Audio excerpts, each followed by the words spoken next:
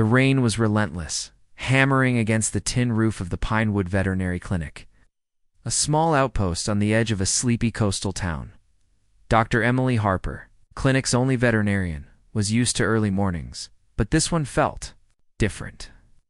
At 5:47 a.m., just as the first light of dawn crept through the fog, she heard a faint scratching at the clinic's back door. Her coffee mug paused midway to her lips. "Who's out there at this hour?" she muttered, setting the mug down on the cluttered desk. The clinic was a modest operation, tucked between a hardware store and a laundromat in Port Haven, a town where everyone knew everyone else's business. Emily, at 32, had returned to her hometown after veterinary school, driven by a need to give back to the community that raised her. The clinic wasn't glamorous spilling paint, a flickering neon sign, and a constant battle with the salty air that rusted everything, but it was hers and she loved it. The scratching grew more insistent. Emily grabbed her flashlight and headed to the back door, her sneakers squeaking on the linoleum floor. She opened the door to a gust of cold, wet air and a pitiful sight: a small, drenched cat, its gray fur plastered to its frail body, standing on the concrete step. The cat's belly was swollen, impossibly large for its delicate frame, and its green eyes locked onto Emily's with a mixture of fear and pleading. "Yo, you poor thing," Emily whispered, crouching down. The cat didn't flinch as she extended a hand, her fingers brushing the soaked fur. The animal was shivering, but it let out a weak meow, as if acknowledging her presence. Emily's heart clenched. She'd seen her share of strays, but this one was different. There was a quiet resilience in its gaze, a spark that refused to be extinguished despite its condition. Carefully, she scooped the cat into her arms, mindful of its distended belly. "You're safe now," she murmured, carrying it inside. The clinic was quiet, the only sound the hum of the refrigerator storing vaccines. She set the cat on an exam table, wrapping it in a soft towel to dry its fur. The cat's eyes followed her every move, and Emily felt an inexplicable connection, as if the animal was entrusting her with a secret it couldn't voice. Emily named the cat Luna, after the pale crescent moon barely visible through the storm clouds. It felt fitting for a creature that seemed to carry a quiet, mysterious light. Luna's pregnancy was advanced, her belly taut and heavy, but something about her condition set Emily's instincts on edge. The cat was too thin, her ribs visible beneath her fur, and her movements were sluggish, as if every step cost her energy. She didn't have. "Let's take a look at you, Luna," Emily said softly, stroking the cat's head. Luna purred faintly, a sound that was more vibration than noise. Emily prepared the portable ultrasound machine, a second-hand model she'd bought at an auction. It wasn't state-of-the-art, but it got the job done. She dimmed the lights and applied a dollop of gel to Luna's belly, moving the probe gently to avoid causing discomfort. The screen flickered to life, casting a ghostly glow across the room. Emily's eyes narrowed as she studied the grainy images. She expected to see the familiar shapes of kittens, small, curled forms with tiny beating hearts. But what appeared on the monitor made her breath catch. Among the organic shapes were several angular, unnatural forms, sharp-edged and reflective, like nothing she'd ever seen in a living creature. "What the hell?" she whispered, her hand freezing on the probe. Her pulse quickened as she adjusted the settings, trying to clarify the image. The shapes were too precise, too artificial. They weren't fetuses, they were objects. Foreign, man-made objects inside Luna's body. Emily's mind raced. She'd read about cases like this in veterinary journals and moles used as couriers for illegal substances, but she'd never imagined encountering one in Port Haven. The town was quiet, its biggest scandals involving stolen fishing gear or bar fights. Yet here was Luna, a living testament to something far darker. Emily's first instinct was to call her mentor, Dr. Rachel Nguyen, a retired veterinarian who now ran a small animal sanctuary 2 towns over. Rachel had seen it all in her 40-year career, from rare diseases to bizarre injuries. If anyone could make sense of this, it was her. "Rachel, I need you to come to the clinic," Emily said when Rachel picked up, her voice tight with urgency. "I've got a pregnant stray with something wrong inside her." "What?" "The ultrasound is showing." Objects that shouldn't be there. Rachel's tone was calm but serious. Objects. Like what? I don't know. They look like packets or implants. It's not natural. I'll be there in an hour, Rachel said. Don't touch anything until I get there. While waiting, Emily stayed with Luna, stroking her gently to keep her calm. The cat's trust was unwavering, her green eyes fixed on Emily as if she knew help was coming. Emily's thoughts churned. Who would do this to an animal? How had Luna ended? Up at her door? The clinic wasn't a shelter?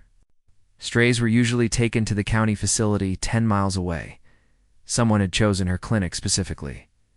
When Rachel arrived, her silver hair pulled back in a practical bun, she took one look at Luna and frowned. "Oh, she's in rough shape," Rachel said, snapping on gloves. "Let's see that ultrasound."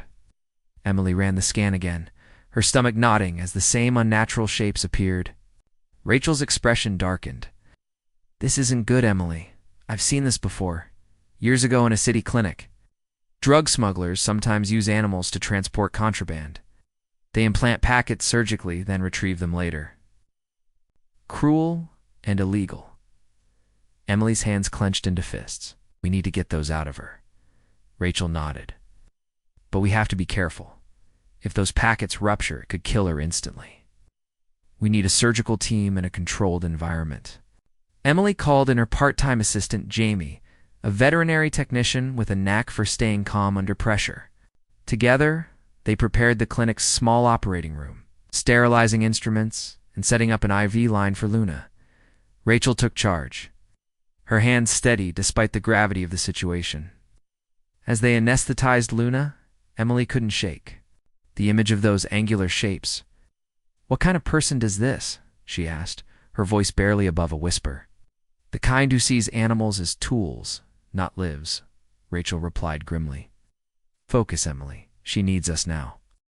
The surgery began with Rachel making a precise incision along Luna's abdomen. Emily assisted, her hands trembling slightly as she passed instruments. The room was silent except for the beep of the heart monitor and the soft hum of the ventilation system. When Rachel reached the first packet, she paused, her scalpel hovering. "It's sealed tight," she said, carefully extracting a small plastic-wrapped object. It was no bigger than a golf ball, wrapped in layers of surgical tape. Emily's stomach turned as Rachel placed it in a sterile tray. 6 more followed, each one a silent accusation of the cruelty inflicted on Luna. "She's been through hell," Jamie muttered, his voice thick with emotion. Rachel worked quickly, removing the packets and checking for signs of infection or internal damage. Luna's body was fragile, her organs stressed from carrying the foreign objects. "She's lucky to be alive," Rachel said. Whoever did this didn't care if she survived. When the last packet was removed, Rachel sutured the incision with meticulous care. Luna's breathing was shallow but steady, and Emily felt a flicker of hope. "She's a fighter," she said, stroking Luna's ear. "We're not done yet," Rachel warned. "The next 24 hours are critical. She could still go into shock or develop an infection." As Luna recovered in the ICU, Emily called the local sheriff's office. Sheriff Tom Delgado, a grizzled veteran who'd known Emily since she was a kid, arrived within the hour. He took one look at the packets and swore under his breath. "This is above my pay grade," he said, pulling out his phone. "I'm calling the feds." By noon, the clinic was crawling with DA agents, their black SUVs parked haphazardly outside. Agent Carla Ruiz, a no-nonsense woman with sharp eyes, took charge. She examined the packets under a portable UV light, her expression hardening. "He grade cocaine," she said. "Street values at least $60,000. This is part of a larger operation." Emily's mind reeled. How did this end up in Port Haven? Ruiz's gaze was steady. Your clinic was likely a drop point. These operations use small towns to avoid suspicion. Someone was supposed to pick up the cat, but you got to her first. The agents turned the clinic into a temporary command center, interviewing Emily, Rachel, and Jamie. They dusted the back door for prints and analyzed security footage from a nearby gas station. The footage was grainy, but it showed a figure in a hooded jacket leaving Luna at the clinic's doorstep just after midnight. "We've been tracking this network for a year," Ruiz explained. They use animals to move drugs across state lines. Pregnant ones are ideal because no one suspects them. They implant the drugs, ship the animals, then extract the packets at the destination. The animals rarely survive. Emily's blood ran cold. What happens to Luna now? She's evidence, Ruiz said, not unkindly. But we'll make sure she's cared for. You've done a hell of a job keeping her alive. Over the next 2 days, Luna fought for her life in the ICU. Emily barely left her side, monitoring her vitals and administering antibiotics. The cat's resilience was remarkable, but her condition remained precarious. Every purr, every slight movement felt like a small victory. Meanwhile, the DA's investigation expanded. They traced the trafficking network to a syndicate operating out of a nearby port city, using fishing boats to smuggle drugs along the coast. Luna's case was a breakthrough, providing physical evidence that linked the operation to a specific route. On the 3rd day, Luna opened her eyes. Her gaze was weak but clear, and she managed a faint meow when Emily stroked her head. Tears stung Emily's eyes. "You're going to make it, girl," she whispered. Rachel, who'd been checking in, daily smiled for the first time since the surgery. "She's a miracle," she said, "but we need to keep her stable. Her kittens are still viable, believe it or not." Emily's heart lifted. She could still have them. "If we're careful, yes," Rachel said, "but it's a long road." The D moved quickly, using the evidence from Luna's packets to orchestrate a series of raids. Emily watched the news from the clinic's break room, her stomach in knots as reports came in of arrests and animal rescues. The operation was larger than anyone had imagined, spanning 4 states and involving dozens of animals. Agent Ruiz stopped by the clinic to update Emily.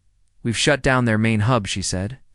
17 arrests, 42 animals. Rescued Luna's case cracked this wide open.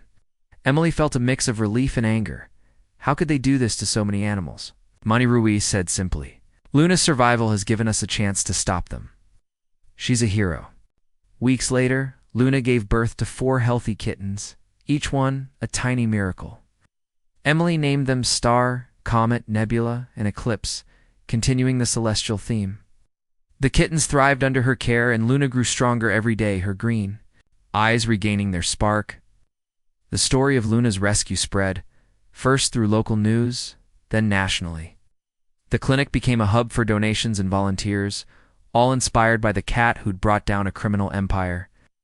Emily worked with the D to implement new protocols, including mandatory X-rays for abandoned animals at shelters and clinics nationwide.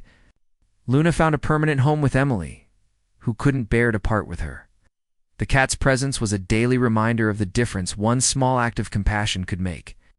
As Emily watched Luna play with her kittens in the clinic's sunny waiting room, she felt a profound sense of purpose.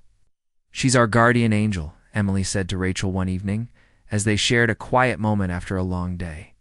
Rachel nodded, her eyes on Luna. "She's proof that even the smallest life can change the world." Months later, the clinic was bustling with new equipment, funded by donations inspired by Luna's story. The trafficking network was dismantled, its leaders facing decades in prison. Emily continued her work, her bond with Luna a constant source of strength. One evening, as the sun set over Port Haven, Emily sat on the clinic's back step, Luna curled in her lap. The rain had stopped, and the air was fresh with the promise of spring. "You did it, Luna," Emily whispered.